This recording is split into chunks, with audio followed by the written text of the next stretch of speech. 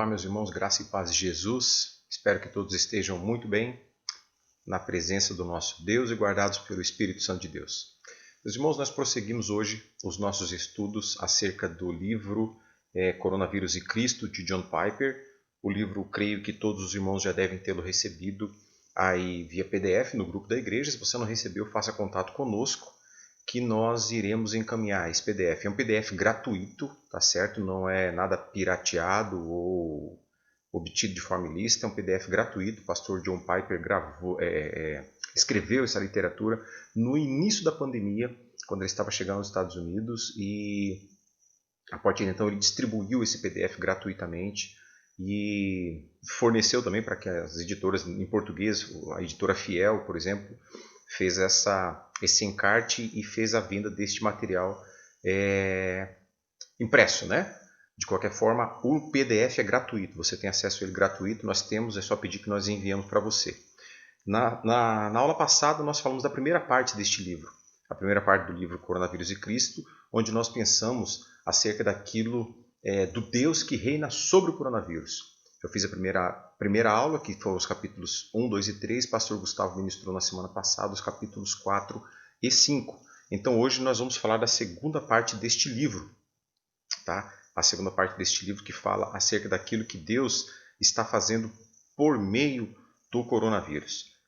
Tá aqui uma pequena biografia do autor, John Piper. Depois, se você quiser, você pode dar um pause nesse vídeo para você ler esta biografia. Ali embaixo alguns livros escritos por ele.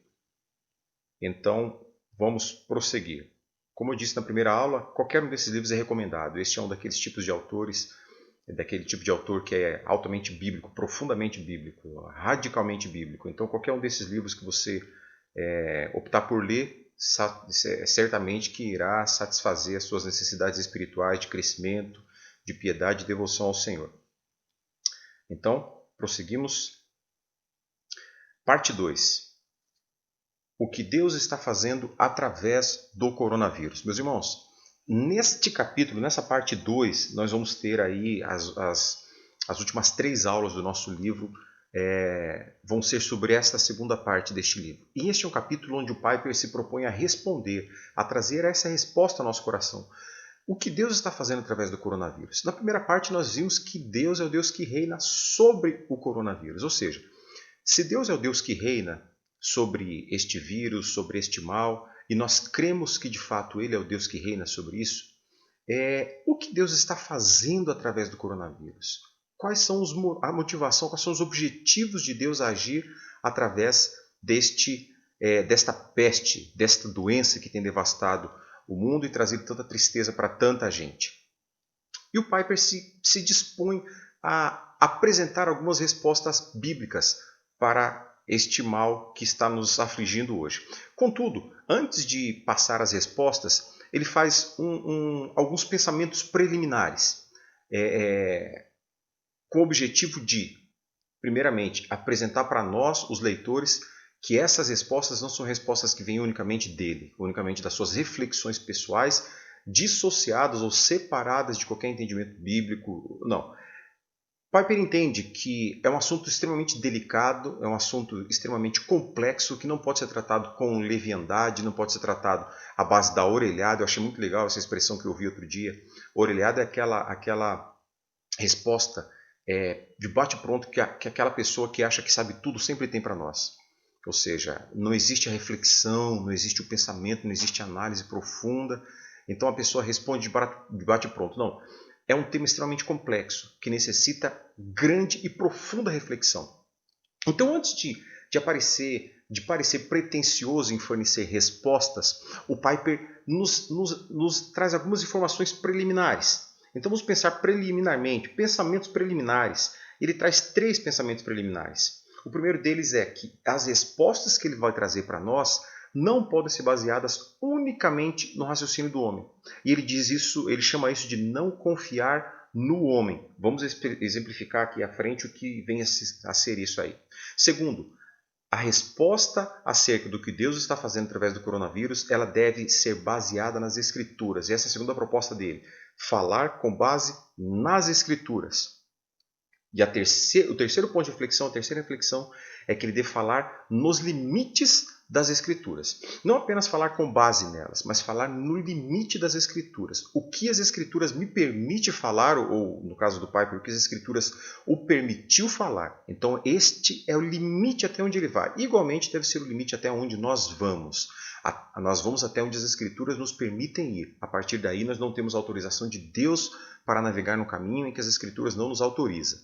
Pois bem, então vamos ver rapidamente o que cada um desses elementos trazem para nós. O primeiro deles, não confiar em si mesmo. E esse é um desafio de Piper que fala da nossa vaidade. Não confiarmos em nós mesmos, não confiar no homem.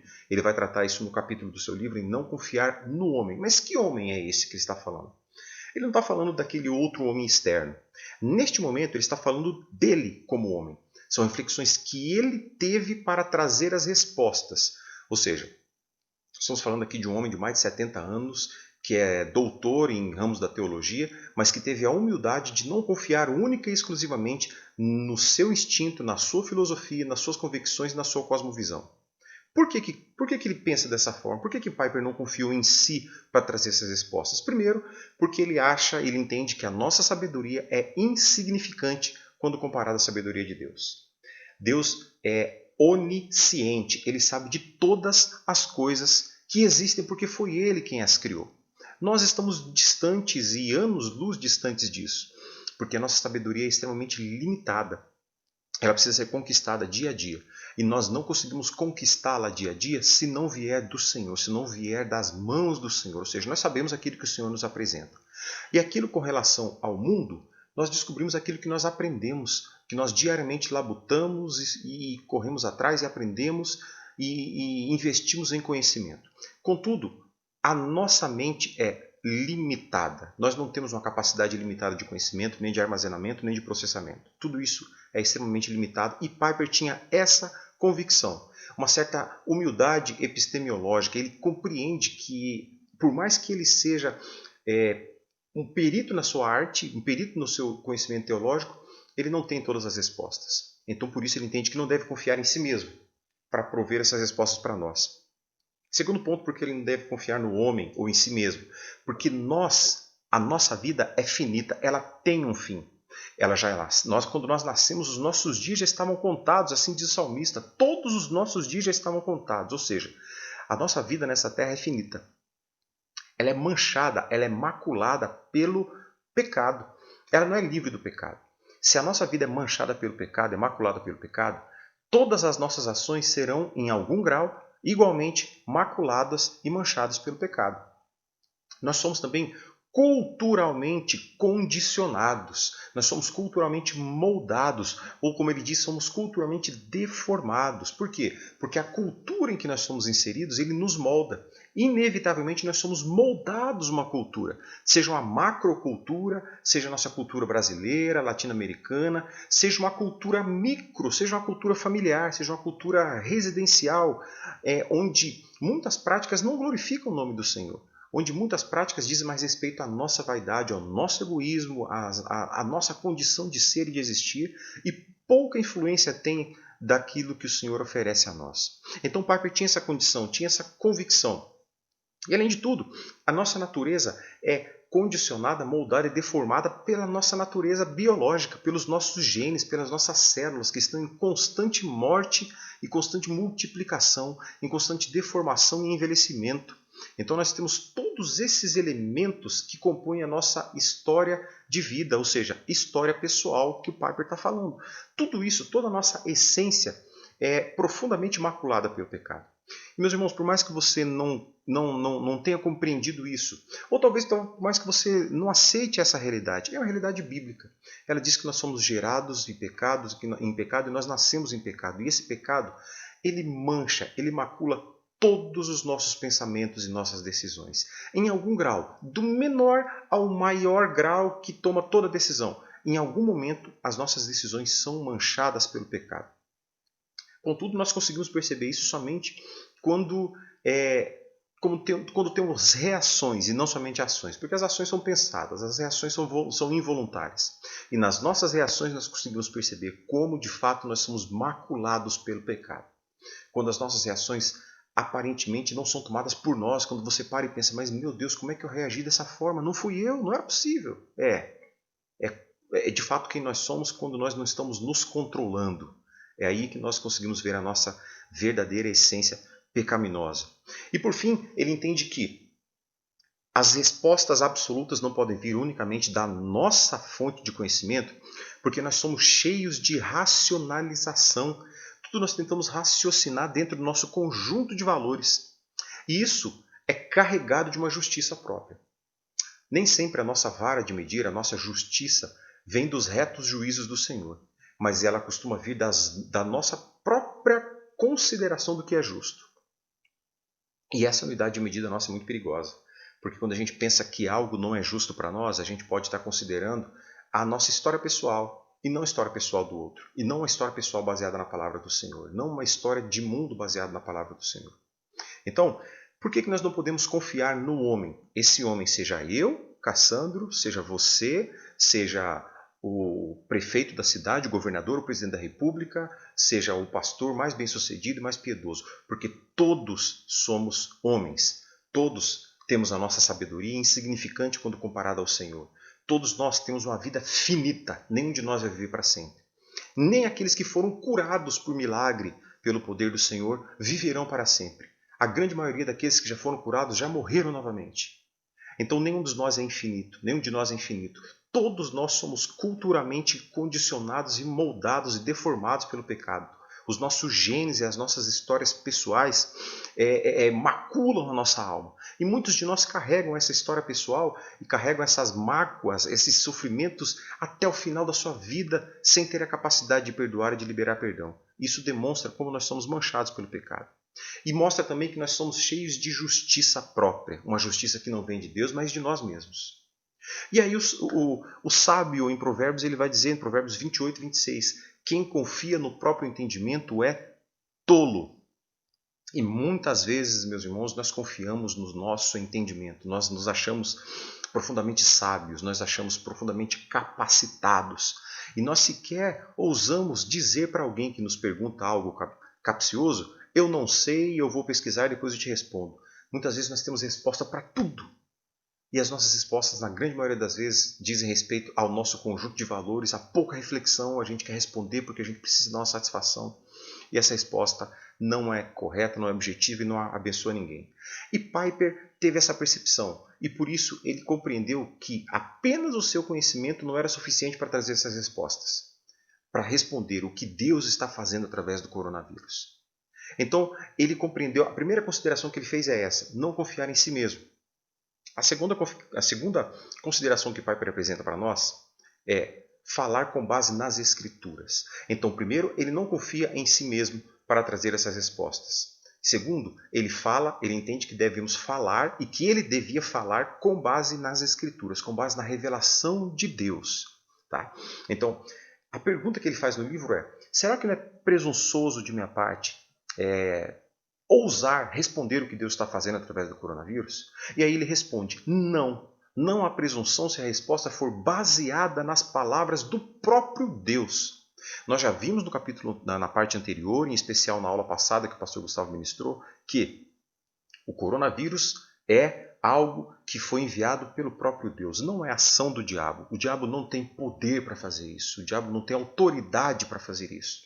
Então isso é a agenda de Deus com algum propósito, que nós vamos estudar a partir de hoje quais são alguns desses propósitos de Deus. E vamos compreender também que não saberemos todos eles, apenas aquilo que o Senhor nos revelou.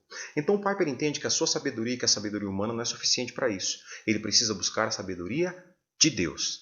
Então, não há presunção em trazer essas respostas se elas estão fundamentadas e se elas vêm da palavra de Deus. Então veja só, Deus revelou-se em palavras humanas com que objetivo? Com o objetivo de que nós humanos pudéssemos entender aquilo que ele se propôs a revelar. Tem muita gente que anda querendo buscar, querendo procurar, falar outras línguas, sendo que Deus que falou na língua, sendo que não consegue entender aquilo que Deus falou na língua humana. Você vê a incoerência? Quantas pessoas buscam aquilo que alguns chamam de mistério, pessoas que querem falar em outras línguas, mas não conseguem compreender aquilo que Deus revelou na língua humana. Essa é uma incoerência que não tem tamanho. Então, Deus revelou-se e Deus revelou-se em palavras humanas, para que nós compreendêssemos os planos que ele resolveu revelar.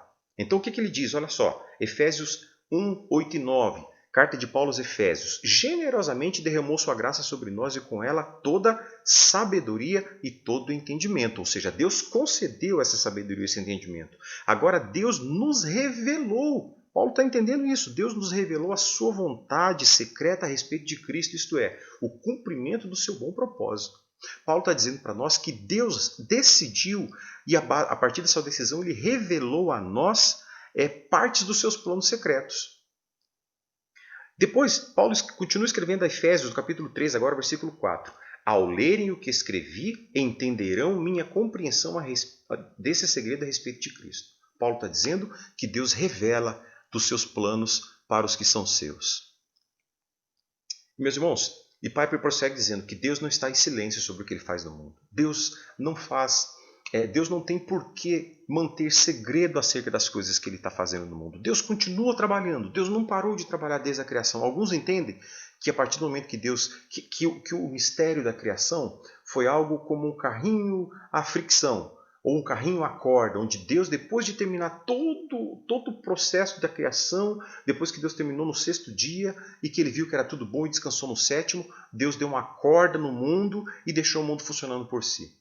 Deus continuou trabalhando. Ele continua mantendo o mundo nas suas mãos, ele continua mantendo a ordem, continua mantendo o caos, porque no dia que Deus tirar a mão tudo desaba. Ele continua mantendo isso e Deus continua trabalhando. E Deus continua revelando aos seus filhos os seus planos. Contudo, essa revelação está baseada naquilo que ele deixou escrito para nós nas suas palavras santas.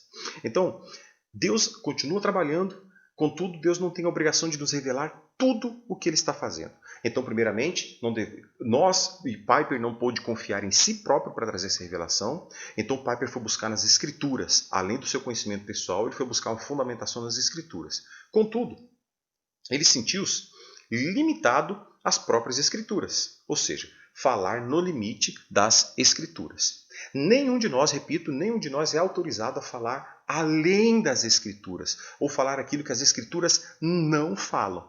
O nosso limite, a nossa régua, são as Escrituras sagradas que o Senhor nos concedeu, e nós temos que nos satisfazer nelas. É incrível como tanta gente não conhece as Escrituras, mas quer falar além delas. Meus irmãos, a nossa responsabilidade e obrigação é falar aquilo que a palavra de Deus nos revelou, mas não devemos excedê-la, não devemos passar, extrapolar as suas verdades. Nós somos contidos por ela. Ela é o nosso limite, ela é a nossa cerquinha, o nosso muro. Não podemos transpor as verdades do Evangelho. Deus continua a trabalhar incansavelmente, contudo, Deus não precisa revelar todas as suas obras. Ele não tem essa obrigação. Ele faz o que faz pela sua graça. Romanos 11:33, Paulo vai trazer um conhecimento, um entendimento um pouco maior para nós sobre esse tema. Ele fala assim, cadê ele? Ó profundidade da riqueza! Ó profundidade da riqueza, tanto da sabedoria como do conhecimento de Deus! Quão insondáveis são os teus juízos e quão inescrutáveis os seus caminhos! Olha essa palavra que surgiu para nós aí, inescrutáveis. Eu não sei se você já teve a curiosidade de procurar saber o que essa palavra significa. Inescrutáveis significa impossível de ser investigado, impossível de ser compreendido. Significa dizer que os caminhos e os juízos do Senhor são impossíveis de serem investigados, são impossíveis de serem compreendidos. E que nós somente temos os desígnios do Senhor porque Ele resolveu revelar a nós, que somos os seus filhos, e resolveu iluminar a nossa mente nas suas Escrituras para compreender o que Ele faz no mundo. Isso torna aquele que é verdadeiramente salvo em Cristo e que busca as suas verdades no Evangelho do Senhor, pessoas que possuem a sabedoria do alto. É uma sabedoria que transforma sábios em loucos. Porque é uma sabedoria que não é adquirida na academia, é uma sabedoria que não é adquirida no mestrado, no doutorado, no pós-doutorado. É uma sabedoria que vem do Senhor, diferente de todo tipo de conhecimento humano. É uma sabedoria que vem exclusivamente do Senhor. E os desígnios plenos de Deus para o Covid não são apenas incontáveis. O Piper, ele conseguiu, e ele optou por escrever aqui, 6 das razões pelas quais ele acredita que Deus impôs ao mundo essa condição do coronavírus. Mas a realidade que o próprio Piper reconhece é que os desígnios do Senhor para o coronavírus são incontáveis. Incontáveis. E além de incontáveis, são inescrutáveis. São impossíveis de serem investigados se não forem revelados pelo Senhor. Meus irmãos, esse texto que nós lemos de Romanos 11:33, ele é o que o Piper chama de o ápice dos ricos ensinos de Cristo, dos ricos ensinos de Paulo em Romanos, em especial sobre o sofrimento. Os 11 primeiros capítulos de Paulo aos Romanos, eles são o verdadeiro evangelho da salvação e da soberania de Deus. E o ponto alto que o Piper entende aqui é esta oração, essa doxologia que Paulo faz no versículo 33 do capítulo 11, quando ele encerra essa grande perícope. Ele fala: ó profundidade da riqueza, tanto da sabedoria como do conhecimento de Deus. Quão insondáveis são os teus juízos e quão inescrutáveis são os teus caminhos. E quando Paulo escreve isso, ele já está no final de um grande texto, do qual no versículo 5, do capítulo 5, versículos 3 a 5, ele faz uma grande referência ao sofrimento. Olha o que Paulo escreve lá: ora, a esperança não confunde, porque o amor de Deus é derramado em nosso coração pelo Espírito Santo, que nos foi outorgado. E não somente isto, mas também nos gloriamos nas próprias tribulações, sabendo que a tribulação produz perseverança, e a perseverança, experiência, e a experiência, esperança. E ele segue dizendo que a esperança não confunde, porque o amor de Deus foi derramado em nossos corações. Meus irmãos, observe que o Paulo não foge da premissa básica de que no mundo nós teríamos aflições. O Paulo não foge dessa dura realidade. Se você já frequenta as nossas escolas dominicais há algum tempo, se você já ouve os nossos púlpitos de domingo há algum tempo, você vai observar que a nossa teologia não mudou com o advento do coronavírus. Você vai perceber que o nosso ensino não mudou com o advento do coronavírus, porque é um ensino que é baseado no que a palavra do Senhor nos ensina. De outro lado, você vai encontrar inúmeras pessoas que hoje estão totalmente perdidas no que dizer, porque tinha um evangelho que não era baseado na palavra do Senhor. Era um evangelho triunfalista, que ensinava apenas vitória, que dizia que você não ficaria doente jamais, porque você é lavado pelo sangue de Jesus, que basta você decretar que o inimigo será derrotado, que ele será derrotado, que basta você negar a existência da doença na sua vida, que ela seria simplesmente destruída. E essas pessoas não têm uma resposta para trazer para aquelas ovelhas que são fiéis, para aquelas ovelhas que são leais, que são piedosas, que servem ao Senhor, mas que agora estão doentes. Meus irmãos, o Evangelho do Senhor é este. E Paulo não se furtou a falar do sofrimento. Paulo falou acerca do sofrimento, Paulo falou acerca da dor, Paulo falou que a esperança do Senhor é derramada no nosso coração pelo Espírito Santo de Deus. Paulo falou daquela expressão que Piper usou na aula passada, que o pastor Gustavo ministrou, que esse contexto é um contexto agridoce. Ele é amargo, mas ao mesmo tempo ele é doce, porque é o Espírito que infunde em nós essa esperança.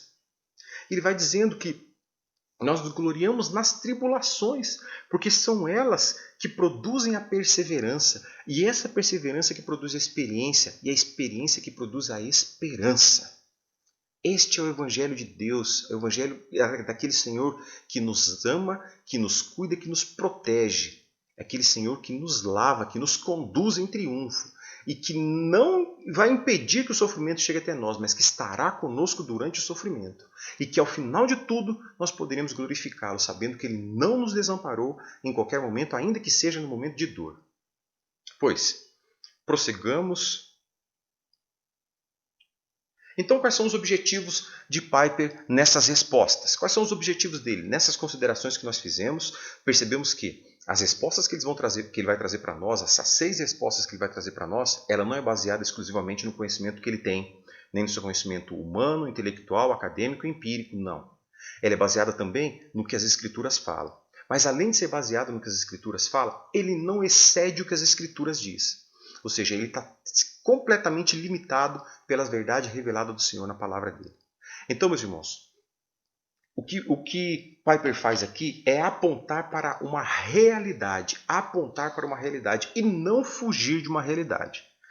Como eu disse há pouco, há muitas pessoas que nesse momento, nesse exato momento, estão literalmente rebolando para tentar justificar a sua teologia e justificar o seu ensino bíblico com base na doença que afetou o mundo inteiro. Nós sabemos que uma grande igreja da Coreia teve uma grande quantidade de pessoas, de membros da sua igreja, infectados e muitos morreram, porque no momento em que a pandemia iniciou na China, esse pastor entendeu que ele tinha o dom da cura e que ele poderia transmitir esse dom da cura para suas ovelhas, e as suas ovelhas então foram até a China ministrar cura na vida daquelas pessoas. Mas isso passou simplesmente como uma fraude, porque essas pessoas foram para lá, não curaram ninguém e voltaram doentes para sua terra e transmitiram a doença para muitas pessoas dentro da igreja. Então, a realidade não é essa. Isso é uma imaginação. A realidade é de que a doença existe e que nós não podemos fugir dessa realidade. A doença está diante de todos nós e nós não podemos fugir. Então, a primeira coisa que Piper vai fazer é apontar para essa realidade. E diferente do John Lennon, que escreveu aquela música Imagine, que muitos de vocês ouviram e cantaram, eu conheci muito depois, onde o John Lennon ele vai dizer que das frases desse texto: imagine que não existe paraíso. É fácil se você tentar. Nenhum inferno sobre nós. Acima de nós apenas o céu. Imagine todas as pessoas vivendo o presente. Imagine que não há países. Não é difícil. Nada por que matar ou morrer, nenhuma religião também. Imagine todas as pessoas vivendo em paz. Vivendo a vida em paz. O que John Lennon fez nisso? Ele idealizou um mundo perfeito. Ele imaginou um mundo perfeito de acordo com a sua concepção de mundo, de acordo com as suas convicções de mundo. Este era o mundo perfeito de John Lennon. Contudo, nós não vivemos no mundo imaginário, nós vivemos no mundo real. Talvez a gente se frustre porque a gente constrói um mundo na nossa mente, um mundo imaginário, e a gente imagina que vive neste mundo, mas a realidade se impõe diante de nós. A realidade não negocia conosco, a realidade não pede licença, a realidade tão somente entra. E quando a realidade chega e a gente cai nessa realidade, se a gente não estiver pronto para ela, a gente se frustra. Então o Piper tem com o propósito aqui apontar para nós qual é a realidade. E não nos anestesiar dessa realidade, porque é o que a palavra de Deus nos faz. Ela não tenta nos anestesiar de realidades, ela nos mostra a realidade que se impõe diante de nós.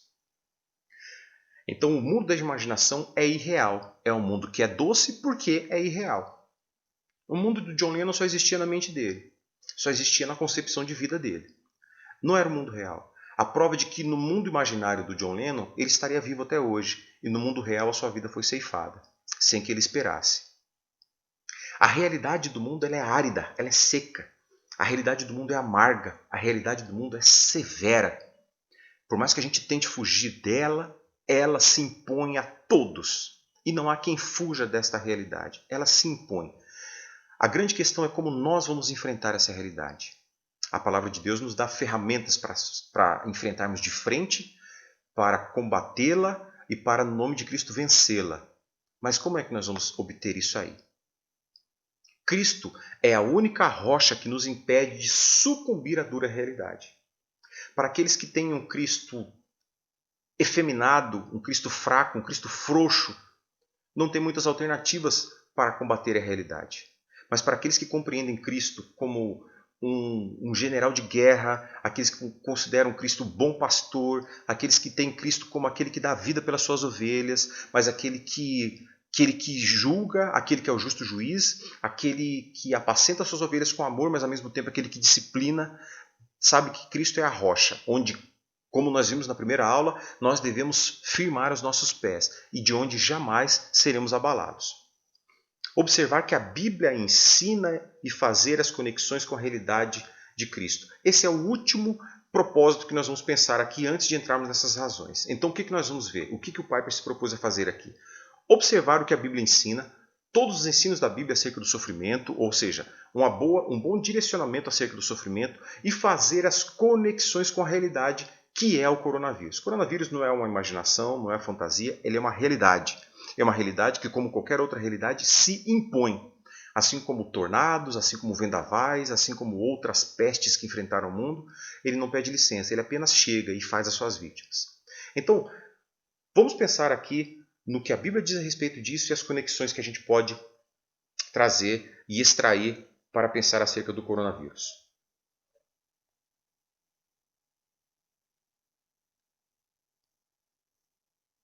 Então, a primeira resposta que o Piper traz. Segunda parte, relembrando, segunda parte, primeira parte foi o Deus que reina sobre o coronavírus, e a segunda parte é o que o Deus está fazendo com relação ao coronavírus. Então, a primeira resposta que o Piper traz, a primeira proposta de resposta que ele traz é essa. Deus está dando ao mundo, no surto de coronavírus, assim como em todas as outras calamidades, uma ilustração física do horror moral e da feiura espiritual do desdenhoso pecado. Resposta longa, mas que a gente vai discorrer ela agora nesses próximos minutos. Relembrando, Deus está dando ao mundo, no surto de coronavírus, assim como em todas as outras calamidades, uma ilustração física do horror moral e da feiura espiritual do desdenhoso pecado. Ou seja, o Piper está dizendo que um dos propósitos de Deus acerca do coronavírus é ilustrar o horror moral. O que é o horror moral? Meus irmãos, quando a gente vai pensar em horror moral, a gente tem que lembrar que o pecado é o motivo de toda a miséria humana existir. Todo que é tipo de maldade, de podridão, de desonra ao ser humano é fruto do pecado.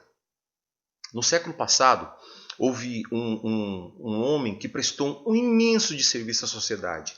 Este homem chamava-se Karl Marx. Algumas pessoas que imaginam, que pensam ser cristãos, defendem esse sujeito, que foi uma pessoa que não produziu nada na vida em momento nenhum, que viveu às custas de alguém, de uma esposa a quem traía. Mas esse homem colocou, apesar desse homem ter um fundamento filosófico judaico-cristão, pai, filho de judeus e de cristão, ele negou a espiritualidade, passou a viver a materialidade. E a partir daí ele construiu uma filosofia de que as pessoas eram divididas pelas classes, que havia uma guerra de classes. No entendimento de Karl Marx, o mal do mundo era a riqueza de uns e a pobreza do outro. Nós estamos vendo que, biblicamente, o mal do mundo é simplesmente o pecado. O pecado está antes do grande abismo que existe entre ricos e pobres, do grande abismo que é a diferença social. O pecado é o fato gerador da existência das diferenças sociais, desse caos, desse abismo que existe entre milionários e miseráveis. Então nós vamos pensar, a partir daqui, que todo o mal moral é fruto do pecado. O que a gente pode considerar como mal moral? Como está ali embaixo, todas as doenças, todas as misérias, todos os desastres, catástrofes, todos os crimes, todos os estupros, todas as pedofilias, todas as violências contra a mulher, todos os assaltos, todos os sequestros, tudo que é de mal no mundo é fruto do pecado que habita no coração do homem e do homem que não entrega-se ao Senhor e não tem a sua vida transformada. Todo o mal do mundo veio a partir do pecado. Olha só, Paulo escreve aos Romanos, no capítulo 5, versículo 12, que portanto, assim como por um só homem entrou o pecado no mundo, e pelo pecado a morte, assim também a morte passou a todos os homens, porque todos pecaram. Então Paulo é muito enfático ao afirmar que a origem de todo o mal que há no mundo é o pecado. E por esse pecado que entrou em um homem, todos os demais homens foram contaminados. Este é o mal moral.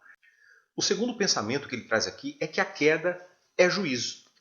Paulo descreve os efeitos do juízo de Deus no mundo que é permeado pelo pecado. Paulo vai apontar para nós quais são esses efeitos. Lá na carta aos Romanos, capítulo 8, versículo 22, ele vai dizer: porque toda a criação está sujeita à vaidade, não voluntariamente, mas por causa daquele que a sujeitou, na esperança de que a própria criação será redimida do cativeiro da corrupção para a liberdade da glória dos filhos de Deus. Porque sabemos que toda a criação, a um só tempo, geme e suporta angústias até agora. Paulo está demonstrando que a queda, que o pecado ocasionou a queda, ou seja, a queda é o juízo de Deus por decorrência de um pecado que entrou na humanidade. Então ele vai dizer que ele usa o Piper vai trazer essas três expressões: vaidade, cativeiro da corrupção e geme, gemer, de sofrimento, de esmagamento. Ele refere-se a juízo de Deus. Ou seja, a própria criação está sujeita à vaidade. A própria criação, depois da corrupção do pecado, ela teve como seu primeiro juízo a queda. Toda a criação caiu após a condição de pecado. O primeiro juízo dessa criação foi essa queda.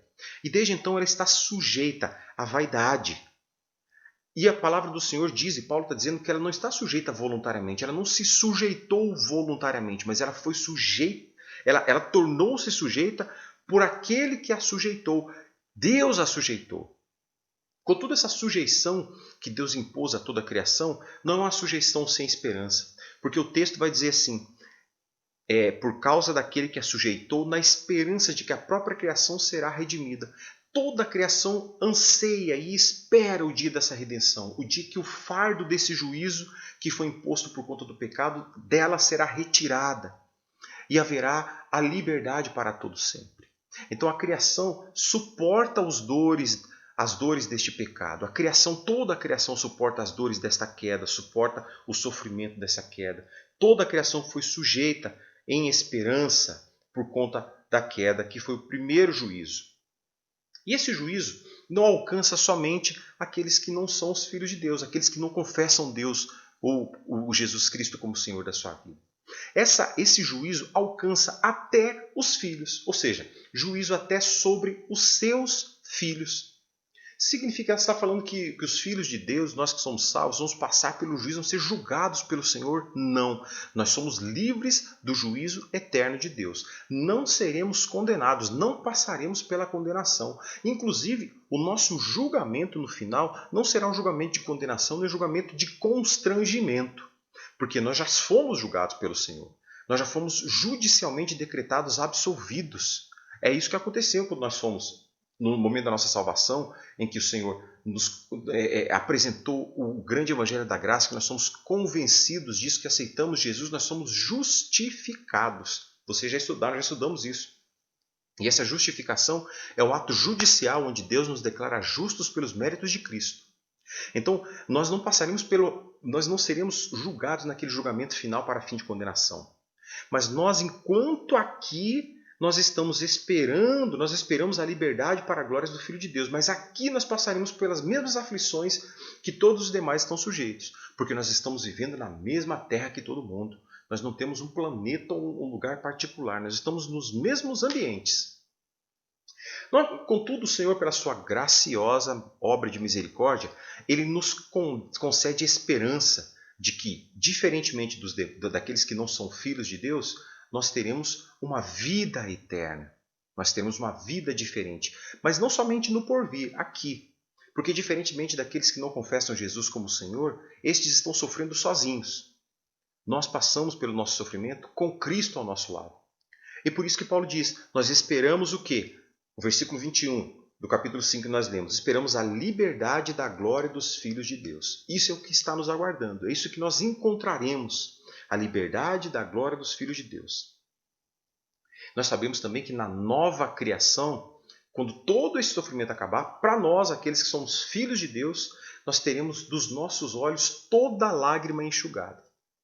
Ou seja, não seremos submetidos ao juízo eterno. Isso é para a gente compreender. O juízo vem até sobre os filhos, mas nós não seremos julgados, não teremos uma condenação eterna. Nós vamos entender o que é esse juízo que vem sobre os filhos já, mais alguns minutinhos. Enquanto nós estamos aqui neste mundo, nós sofremos igualmente todos os juízos resultantes do pecado, ou seja, a morte, as tragédias, a dor, o sofrimento. Enquanto nós estamos aqui, nós estamos vivendo o juízo das consequências do pecado. Embora não sejamos condenados ao inferno, aqui na terra, tudo aquilo que nós sofremos é fruto do pecado que habita no coração do homem. É fruto do pecado que entrou na terra, no advento do pecado de Adão e permanece aqui até hoje. Então tudo que sofremos, todas as dores, todo o sofrimento, toda a angústia, todas as catástrofes são frutos do pecado oriundo do pecado original de Adão. É isso que está dizendo para nós, é isso que o Pai está dizendo para nós, que esse juízo cai inclusive sobre os nossos filhos. Quem são os filhos? Os filhos são aqueles que, segundo Paulo aos Efésios 1,5, foram predestinados para a adoção. São aqueles que em Efésios 1,17 são redimidos pelo sangue de Cristo. São aqueles que em Efésios 1,18 são designados para a vida eterna. Mas, meus irmãos, embora tenhamos sido predestinados para a adoção, embora tenhamos sido redimidos pelo sangue de Cristo, embora sejamos designados para a vida eterna, todos nós cristãos passaremos nessa terra pelo sofrimento. Todos nós passaremos pelo sofrimento. Alguns em intensidade menor, outros em sofrimento mais intenso. Há aqueles ainda que passam a vida inteira como se estivesse vivendo num voo tranquilo, sem nenhum estresse. Tem gente que nasce, vive e morre sem ter sofrido absolutamente nada. Do outro lado, tem pessoas que nascem, crescem, existem e morrem em pleno sofrimento, e todos os momentos de sofrimento, de dor, de intensidade, dessa dor que parece que não passa. São mistérios que nós não compreendemos nessa vida. Podemos afirmar, sim, que tudo isso é fruto do pecado.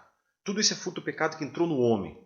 Não estamos falando ainda de pecado individual. Estamos falando do pecado lato sensu, o pecado que afeta a todos, que veio sobre todos. Então, podemos compreender assim. E baseado nisso, nós vamos aceitar uma verdade. Nós precisamos aceitar uma verdade que se impõe diante de nós. Que a teologia da prosperidade mente ao dizer para você que não existe. Se você acredita nisso, você está sendo inocente. Se você continuar acreditando nisso a partir de hoje, é porque você não é mais um inocente, você é conivente. Então, meu irmão, a verdade é que cristãos sofrem acidentes, cristãos morrem de câncer, cristãos são infectados por coronavírus, o avião onde o cristão está cai e ele morre, os filhos dos cristãos morrem, os pais dos cristãos morrem, os próprios cristãos sofrem. Essa é a verdade que se impõe a todos nós e de onde nenhum de nós pode fugir. Significa que, se você estiver passando hoje por um momento de sofrimento e de dor, não significa necessariamente que seja resultado de um pecado que você tenha cometido. Pode ser, mas não significa que é isso. Não significa que é falta de sua fé. Não significa que você está sendo relapso com as coisas do Senhor. Significa, sim, que você vive num corpo mortal, numa alma que é maculada pelo pecado e num mundo que é dominado pelo pecado. Essa é a realidade que se impõe a todos nós. Então esse juízo que vem de Deus, que é manifestado através do próprio coronavírus, é um juízo que se impõe inclusive sobre os seus filhos. Ah, irmãos, quantos irmãos piedosos, quantos pastores fiéis, quantos servos de Deus honrados que foram ceifados pelo coronavírus. Quantos? É uma realidade que se impõe e que nós precisamos ser maduros para compreender a existência dessa realidade e não tentar adoçá-la, não tentar fugir dela, mas compreender que ela existe. O próximo ponto que ele vai tratar aqui é que para esses que são os filhos de Deus, para nós que somos os servos, os eleitos do Senhor, os predestinados para a adoção pelo seu Filho, os que foram resgatados e vivem hoje para a glória de Deus, este juízo, este sofrimento temporário, como Paulo diz, não é uma punição, é uma purificação. Trata-se de purificação e não punição. Por que não é uma punição? Porque para o cristão a dor é purificatória e não punitiva. Olha lá o que Romanos 8:1 diz. Agora, pois, já não há nenhuma condenação para os que estão em Cristo Jesus. Não há condenação. Significa que esse momento de sofrimento intenso de dor, que é o juízo de Deus, meus irmãos, o coronavírus é juízo de Deus sobre a terra. Assim como qualquer uma outra praga, assim como foi a peste negra, assim como foi a peste bubônica, assim como foi a febre espanhola, assim como foi a gripe espanhola. Tudo isso é juízo de Deus. E nós estamos tentando entender o porquê esse juízo de Deus vem. O fato é que quando esse juízo se impõe sobre os filhos de Deus, ele não tem um caráter punitivo, mas ele tem um caráter purificador. Ou seja, por que não é punitivo? Porque nós não temos nenhuma condenação sobre nós. Não há mais sobre a tua vida nenhuma condenação para você que está em Cristo Jesus. Não há condenação. Paulo não está dizendo que a condenação não existe agora. Ele está dizendo que não há condenação. Significa que, se você morrer hoje, se você morrer daqui a 50 anos, não há condenação. A sua salvação é irrevogável. Você não vai perdê-la. Não há condenação sobre aqueles que estão em Cristo Jesus.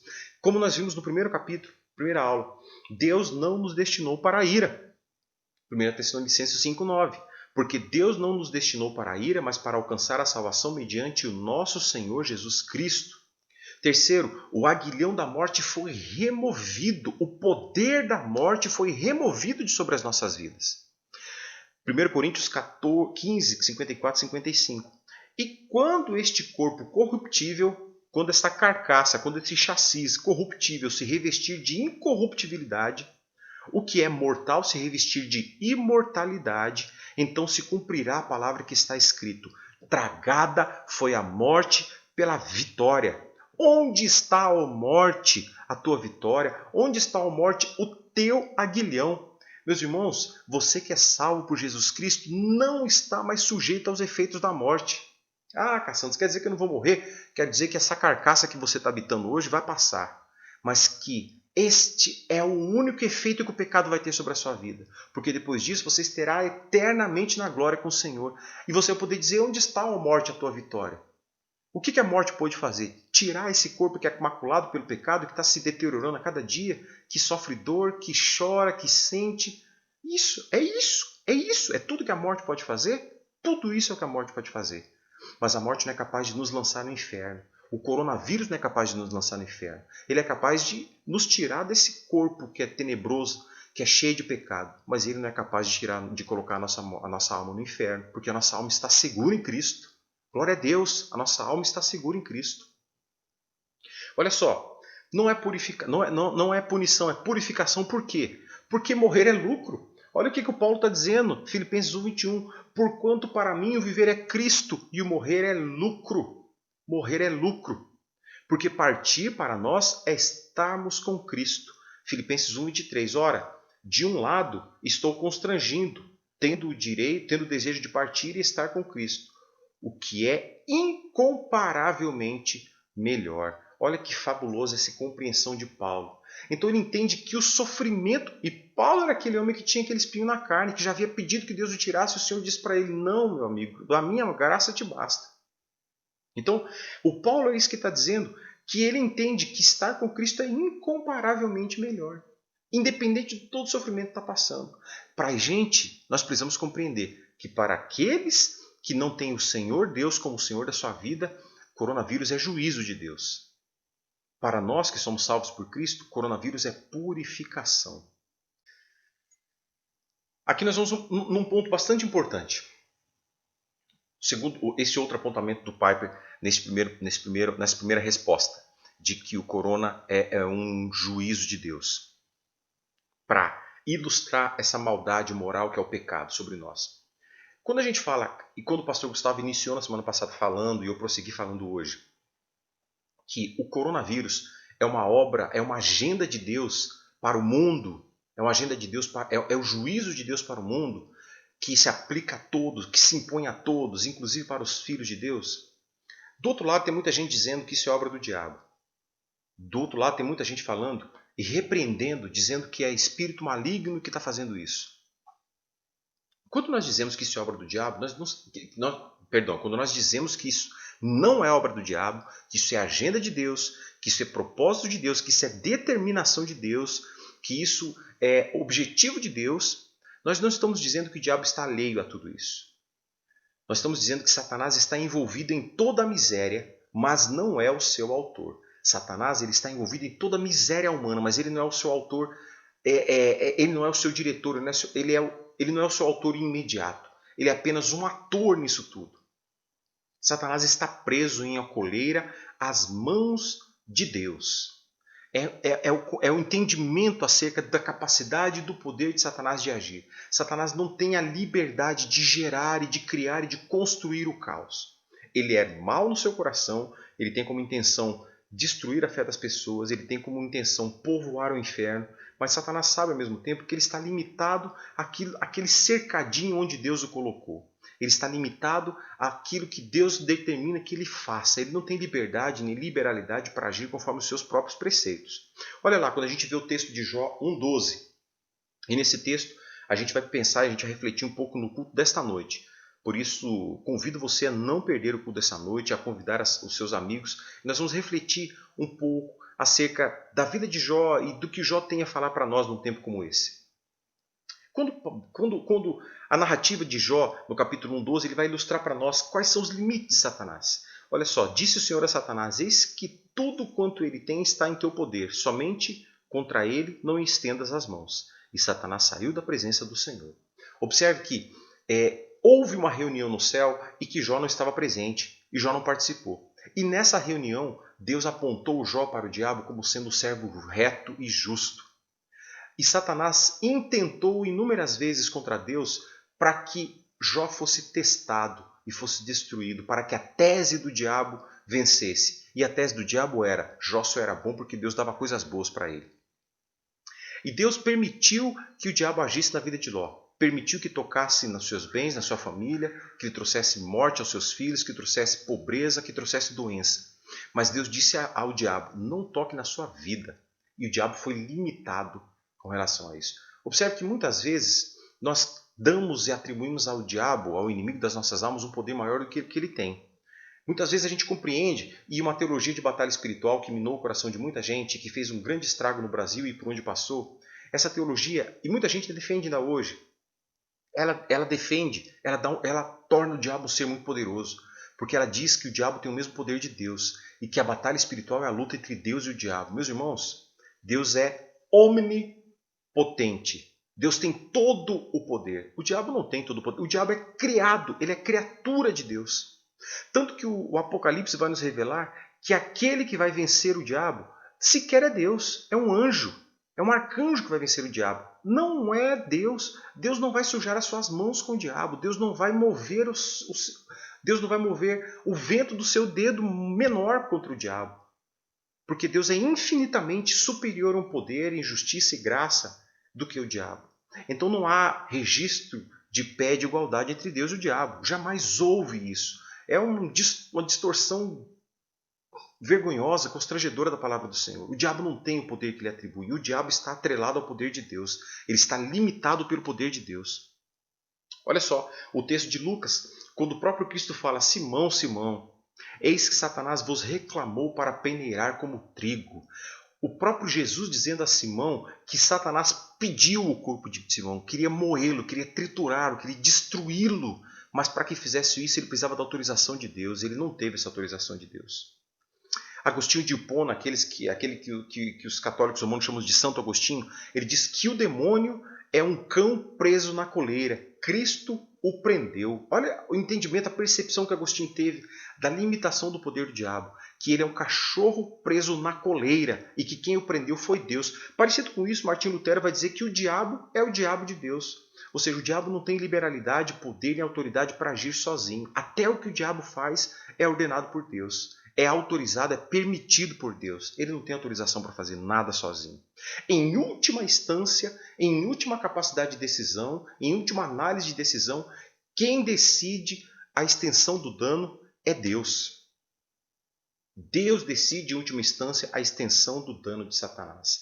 Satanás não faz nada que não tenha sido permitido ou limitado por Deus. A questão-chave que se impõe diante de nós. Se você está entendendo o que nós estamos falando até agora, nós estamos pensando aqui quais são o que Deus tem feito através do coronavírus, o que Deus está fazendo através do coronavírus. Nós estamos pensando nisso. Nós estamos falando que Deus permite não somente o coronavírus, mas qualquer outro tipo de praga no mundo, para ilustrar o mal moral que o pecado trouxe. O mal moral que é o que o pecado como uma afronta à santidade de Deus. Então, a questão que se impõe, a pergunta-chave é: por que Cristo trouxe um juízo físico ao mundo por conta de um mal moral? Por que o castigo, por que o juízo que Deus traz, por que o castigo que Jesus traz, que Cristo trouxe ao mundo, ele é físico, ele faz a gente sentir dor? Sendo que o mal que o pecado trouxe é o mal moral, é o mal da alma, é o mal das decisões, é o mal que afeta a alma, que afeta o coração. Por quê? Aparentemente, não é desproporcional, mas aparentemente são realidades diferentes. Por que a gente vai sofrer na carne o resultado de um mal que é moral? E as respostas a resposta é bem clara, é bem simples, é bem concisa. Olha só. O mal físico é uma parábola, ou seja, ele é um drama. É uma sinalização que indica a afronta moral de rebelar-se contra Deus. Todo esse mal físico, essas dores que os juízos de Deus sobre a terra apontam para nós, nos fazem sentir na nossa carne, é apenas uma ilustração do que é a ofensa do pecado para Deus. Meus irmãos, O juízo de Deus não é novo sobre a terra. A gente tende a pensar que não, a gente tende a pensar nisso tudo como uma espécie de ordem natural das coisas. A gente tende a entender que o mundo está andando por conta própria e que isso que acontece no mundo é resultado de alguma ação humana. A gente vê tsunami, a gente vê chuva ácida, a gente vê um monte de tipo de doença e a gente entende que é tudo ação humana. E a gente até atribui responsabilidade aos homens porque tem.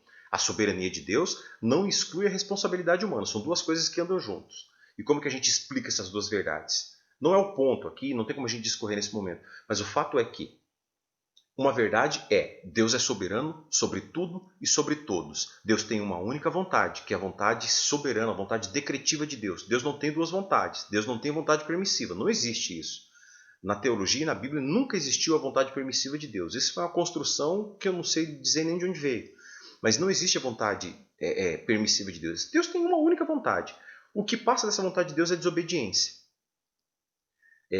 Deus tolera o pecado até um certo limite. O pastor Franklin Ferreira fala sobre o limite da iniquidade. E é muito interessante, você pode pesquisar isso depois. Então, Deus tem a vontade. O que passa da vontade decretiva de Deus é desobediência. Mas há uma outra realidade que se impõe, que é a responsabilidade humana. Todos nós somos responsáveis pelos nossos atos. E um dia seremos julgados por eles. Mas os nossos atos e a soberania de Deus, eles se encaixam de forma que a gente não consegue compreender da nossa mente. A gente não consegue compreender pela nossa mente limitada. Mas são duas verdades que não são contrárias. Elas não se chocam, elas combinam. A vontade de Deus e a humana. Quando Deus impõe ao mundo esse tipo de juízo, ele está impondo a sua vontade, a sua verdade ao mundo. E essa verdade, essa vontade, ela está de acordo e ela está em perfeita harmonia com a responsabilidade humana. E tudo isso serve para ilustrar o que é o mal moral que o pecado provoca ao coração de Deus. O resultado desse mal moral. E tudo isso acontece por quê? Porque a nossa condição de cegueira é tão grande, a nossa condição de cegueira espiritual, os nossos olhos estão fechados de uma forma tão grande que nos impede de ver quão repugnante é o pecado contra Deus. Nós não conseguimos enxergar com os nossos olhos quão repugnantes são os nossos pecados contra Deus. A gente comete um pecado, a gente acha que é uma coisa boba, é tão inocente, foi sem querer. A gente tenta, lembra que o que ele falou no começo lá, justiça própria. A gente justifica os nossos próprios erros. Mas a gente não entende o quão graves são esses pecados diante do sangue, diante do coração de Deus. Percebe que os nossos pecados são tão intensos, são tão perigosos, são tão graves, que eles foram resolvidos simplesmente pela morte de um justo, pela morte de Jesus, por cada gota do seu sangue que verteu. Então a gente não pode tratar os nossos pecados, quaisquer que sejam eles, de uma forma leviana. Seja o meu descontrole emocional, seja a minha ofensa gratuita ao outro, seja a minha intolerância, seja a minha incapacidade de dialogar, seja a minha incapacidade de conviver, seja a minha incapacidade de ter comunhão com irmãos, seja a minha ruptura da comunhão por motivos banais. Tudo isso é pecado. Tudo isso é pecado. E o pecado, meus irmãos, foi pago pelo preço de sangue. A gente não pode relevar e tratar com parcimônia algo que exigiu a morte de um justo para que fosse resolvido. Então, o juízo veio fisicamente para demonstrar aos nossos olhos aquilo que é repugnante ao coração de Deus. Observe que nós não podemos sentir dores espirituais. Se nós sentíssemos dores espirituais, o juízo de Deus moral viria sobre as nossas dores espirituais, mas nós não sentimos dores espirituais. Olha que coisa, o Piper mesmo falou que nós nunca perdemos o sono por negligenciar a Deus. Quantos de nós aqui pode falar que perdeu o sono por causa de um pecado? Quantos de nós perdeu o sono por causa de pecado? Em algum momento na vida. Eu pequei e não consegui dormir. A gente perde o sono por causa de conta, por causa de dívida, por causa de ruptura dos relacionamentos, porque a gente briga com a mulher, porque você briga com seu marido, porque a gente briga com irmãos, porque a gente perde o emprego, porque a gente bate o carro, a gente perde o sono por inúmeras coisas. Mas por causa do pecado, quantos de nós perdeu o sono por causa do pecado? Sabe por quê? Porque o pecado não nos incomoda. Porque simplesmente a gente pensa no pecado como alguma coisa para aqueles que acreditam no pecado, porque tem muito crente que nem no pecado acredita. Então, para aqueles que acreditam no pecado, eles acreditam que Jesus já resolveu isso aí, eu não preciso mais me preocupar. Meus irmãos, o pecado custou o sangue de um justo. como é que nós podemos viver achando que esse pecado pode ser tratado com leviandade, sem responsabilidade alguma? E para isso a gente vai lembrar que não existe nível de pecado. Tanto eu voluntariamente brigar com o irmão e cessar meu relacionamento com ele, por qualquer razão que seja, é tão pecado quanto é aquele que mata e espanca e estupra uma criança. Então, não há como mensurar o nível de pecado. Qualquer pecado é pecado pelo qual Jesus morreu. Qualquer pecado foi suficiente para que Jesus morresse por nós. Qualquer pecado, por menor que seja, tirou a vida do nosso Senhor. Então a gente não pode tratar isso com leviandade. Então, a dor física, o Piper fala de uma forma muito poética, que é a trombeta de Deus para dizer que há algo terrivelmente errado no mundo. É por isso que nós sentimos a dor física, é por isso que essas males vêm fisicamente e nos faz sofrer. Porque é uma trombeta anunciando que há algo terrivelmente errado na existência do mundo. As calamidades são uma prévia de que o pecado merece, do que o pecado merece e do que um dia receberá 1000 vezes pior em juízo.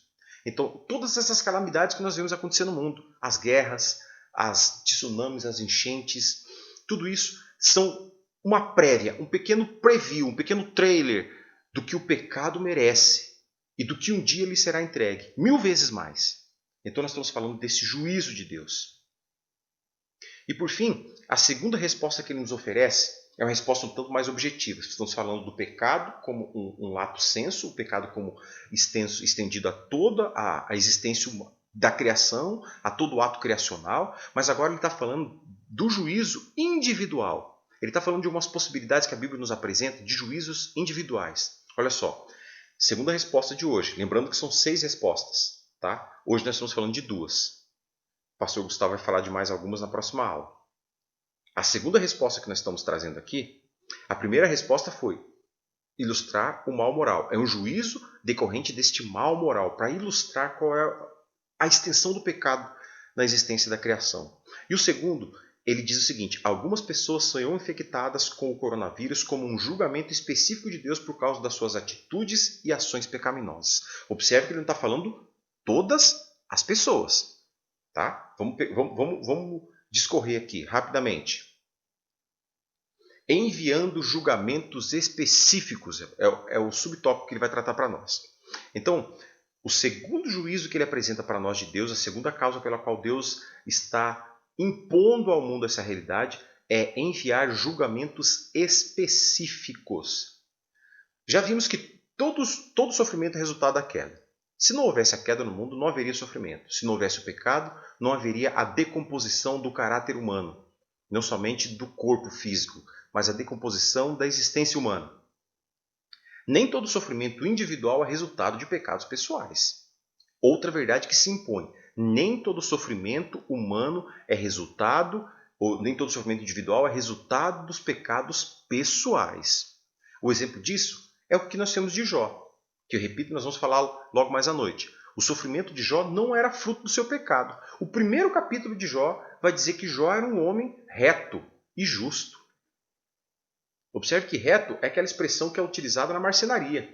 Quem gosta de madeira, como o pastor Gustavo, que gosta de mexer com madeira, vai ver que a madeira reta é aquela que já foi aplanada, é aquela que quando chegou na máquina ela era cheia de ondulações. É aquela máquina, aquela plana passou sobre aquela madeira e deixou ela plenamente reta, de forma que você não vê obstruções. Essa era a vida de Jó, era reto, ele era justo. E nós conhecemos da Bíblia e hoje à noite nós vamos falar sobre tudo aquilo que recaiu sobre a vida de Jó, mesmo sendo homem bom. Isso demonstra que nem todo sofrimento nem todo sofrimento individual é resultado de pecados pessoais. Nós vimos também que o povo de Deus experimenta o sofrimento. O povo de Deus experimenta o sofrimento igual a todos. E isso nós temos no texto da carta de Pedro, primeira carta de Pedro 4,17. Pedro diz assim: pois chegou a hora do julgamento, que deve começar pela casa de Deus. E aí ele conjectura: e se o julgamento começa conosco, que destino terrível aguarda aqueles que nunca obedeceram às boas novas de Deus? Ou seja, Pedro reconhece a existência do sofrimento. Assim como Paulo reconheceu a existência do sofrimento, aqui Pedro está reconhecendo a existência do sofrimento. Não está fugindo da existência do sofrimento. Ele não está dizendo que não vamos sofrer, ele está reconhecendo. E ele está dizendo ainda: gente, o sofrimento vai começar pela casa de Deus. O julgamento deve começar pela casa de Deus. Mas se ele vem para nós, você imagina o que será para aqueles que viveram a sua vida de desobediência. Ele conseguiu projetar a mente lá para o futuro. Ele conseguiu projetar o sofrimento daqueles. Para a casa de Deus, esse juízo é purificador, ele não é punitivo, já dissemos isso também. Para os filhos de Deus, o sofrimento, seja do coronavírus, seja de qualquer outro tipo de doença, seja de qualquer outro tipo de enfermidade, de calamidade, de dor, não é punitivo, é purificador. Por que purificador? Por que purificador? Meus irmãos, todos aqueles que passam por um momento intenso de sofrimento, têm as suas vidas, aqueles que passam por um momento intenso de sofrimento e conseguem enxergar da maneira adequada, ele tem a sua vida purificada, melhorada. Todas aquelas pessoas que passam por sofrimento intenso, ao terminar esse sofrimento, ele vai dizer para nós assim: hoje eu entendo o que vale da vida. Hoje eu consigo compreender o que vale da minha vida. Eu ouvi ao longo desse tempo todo, desses 3 meses praticamente que nós estamos vivendo essa pandemia, inúmeros relatos de pessoas que passaram pelo Covid, inúmeros relatos de pessoas que foram internados, que estiveram à beira da morte e que voltaram a viver. E o que eu mais ouvi dessas pessoas dizerem é assim: hoje eu entendo o valor da vida. Outros disseram assim: hoje eu entendo que o dinheiro não paga a minha vida. Outros, fazendo doações, conversava com um amigo que me contava sobre uma pessoa que foi curada de coronavírus aqui em Foz do Iguaçu e depois de curada ela resolveu fazer uma doação grande para o hospital. Porque ele entendeu que aquele dinheiro na vida dele não faria diferença. Ele entendeu que a vida dele vale muito mais do que aquele dinheiro. E que talvez aquele dinheiro possa servir para salvar a vida de algumas pessoas. Então, o que a gente não observa, o que a gente não vai observar nunca de alguém que passou por momentos de extremo sofrimento, de beira de morte, pessoas que passaram por situação de quase morte, dizer assim: hoje eu entendo o valor do meu dinheiro. Jamais. As pessoas vão refletir sobre a vida. Isso vai purificar os seus relacionamentos, a sua devoção a Deus, a sua piedade, vai tornar uma pessoa melhor na expressão que as pessoas utilizam ordinariamente no mundo. Tornar uma pessoa melhor. Pois, para nós esse sofrimento é purificador, é pedagógico. Então, para a casa de Deus, o julgamento é purificador e não punitivo. Por vezes, Deus usa o sofrimento para trazer juízos particulares. Não tem como a gente excluir essa realidade, porque a Bíblia nos apresenta. Então, há ocasiões em que sim, não é a regra, mas há ocasiões em que o Senhor usa juízos particulares sobre os que rejeitam e se entregam ao pecado. Por vezes, Deus traz juízos particulares àqueles que o rejeitam e se entregam ao pecado deliberadamente. E a Bíblia traz para nós, o Piper traz para nós aqui 2 exemplos de ocasiões em que o juízo veio sobre pessoas que rejeitaram Deus e se entregaram ao pecado. E os 2 exemplos são bem curtos. O primeiro deles é acerca de Herodes. Esse texto está relatado em Atos, do capítulo 12, versículos 22 e 23, onde Herodes, após um belo discurso, é ovacionado pelo povo. E o povo diz assim, o povo ovaciona gritando: é a voz de um Deus, não de um homem. No mesmo instante, um anjo do Senhor feriu Herodes com uma enfermidade, pois ele não ofereceu glória a Deus. Foi comido de vermes e morreu. Observe que Herodes não cometeu grande coisa, se a gente for pensar, comparar com outros pecados muito mais intensos e vorazes que a Bíblia já apresentou para nós. O que Herodes fez? Ele não entregou a glória que era de Deus. Mas a gente esquece que Deus não dá a sua glória a outrem. E Herodes trouxe para si, abraçou uma glória que deveria ser dada a Deus. Herodes recebeu a glória que era devida somente a Deus. Neste caso de Herodes, o juízo foi imediato. Imediato. Aí a gente pensa, mas por que isso não acontece hoje? A gente vê tanto político agindo como Deus, a gente vê tanta gente se colocando como Deus, gente buscando para si a glória que é de Deus. E a gente não precisa pensar só no político, a gente vê isso acontecendo dentro de igrejas, onde inúmeros pastores, inúmeras pessoas buscam glória para si, compram reinos para si e constroem milhares de reinos cheios de súditos e cheios de dinheiro para si próprio. E a gente não vê Deus agindo com juízo imediatamente. Meus irmãos, nós vimos no começo que os caminhos de Deus são inescrutáveis. Nós não conseguimos investigar. Nós só sabemos aquilo que Ele revela a nós. O que nós estamos vendo aqui é um exemplo de juízo imediato. Isso serve para a gente saber que Deus pode fazer, que Deus faz quando Ele quer. Quando Ele não quer, Ele não faz. Então, no exemplo de Herodes, o juízo veio imediatamente. A gente tem um outro juízo, que é a prática homossexual em Roma. Quando Paulo escreve na carta aos Romanos, capítulo 1, primeiro capítulo, versículo 27, ele diz assim: e os homens, em vez de ter relações sexuais normais com mulheres, arderam de desejo uns pelos outros. Homens praticaram atos indecentes com outros homens e, em decorrência desse pecado, sofreram em si mesmo o castigo que mereciam. Ali Paulo está falando de um juízo também imediato. Esses homens já receberam em si o castigo que eles mereciam. Então Paulo está apontando que esse sofreram em si é o efeito doloroso do pecado. Então Paulo está mostrando que em alguns casos, o sofrimento, seja pelo coronavírus, ou seja por qualquer outro tipo de sofrimento, virá ou veio ou virá em decorrência de pecados pessoais. É lógico que a gente não pode repelir o pecado por medo das suas consequências. Nós devemos detestar o pecado, odiar o pecado, por conta da ofensa que ele causa a Deus.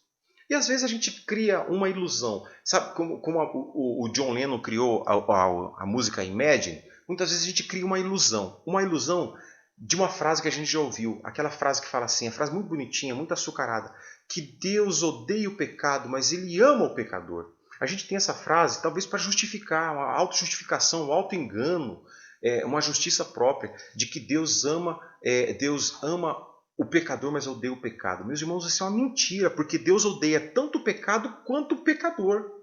O pecador, enquanto não confessa Jesus como sendo o Senhor, e quando o sangue de Jesus é derramado sobre a vida deste pecador, esse pecador é odiado por Deus, ele está em guerra, Deus está em guerra com ele. E Deus só tem paz com este homem só tem paz com Deus mediante o sangue de Jesus Cristo. Até lá é uma guerra constante entre Deus e este homem pecador, assim como eu, assim como você era antes de ser lavado pelo Senhor Jesus. Nós éramos inimigos de Deus. Enquanto inimigos de Deus, nós éramos odiados por Deus. E só passamos a ser amados por Deus quando o sangue de Jesus foi derramado sobre as nossas vidas e os nossos pecados foram perdoados. Então Deus ama o pecado, Deus ama o pecador. Você já imaginou? Se fosse verdade esse ditado de que Deus ama o pecado, Deus odeia o pecado e ama o pecador, no dia do juízo final ninguém estaria no inferno. Não teriam pecadores no inferno. Quem iria para o inferno? Os pecados. Iria o adultério, iria a mentira, iria a fofoca, iria o engano, iria a rixa. Mas não teriam pessoas no inferno. A prova de que Deus odeia o pecado tanto quanto odeia o pecador, é de que haverá pessoas no inferno. E pessoas com seus pecados.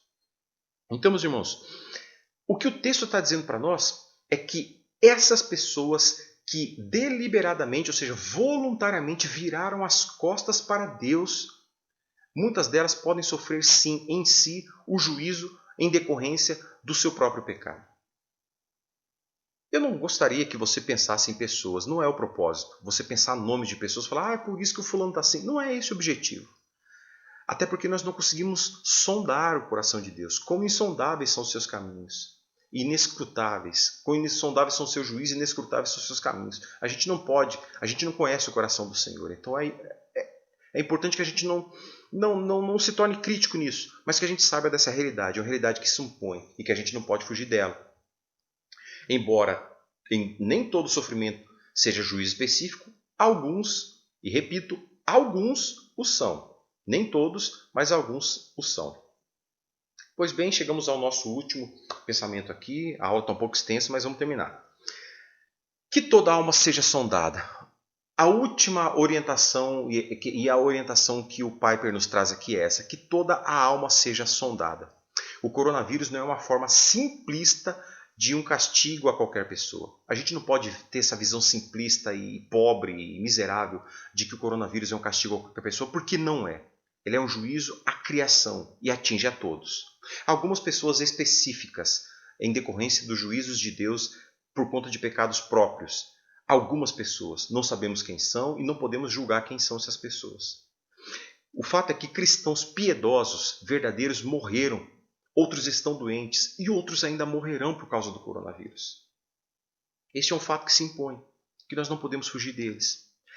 Por isso que é apropriado cada um de nós, cada cristão, que vive ou que sofre ou que em algum momento sofrer, que no momento do sofrimento a gente tem a capacidade de sondar o nosso coração com humildade, com verdade, com inteireza, sem mentira, sem engano, nós com o nosso Deus, sem justiça própria, despojado e tirado, e de nós tirado toda e qualquer autodefesa, que a gente seja capaz de sondar o nosso coração e discernir o que é um sofrimento que se impõe a todos, o que é um sofrimento que se impõe unicamente a nós, e talvez buscar por que esse sofrimento se impõe a nós.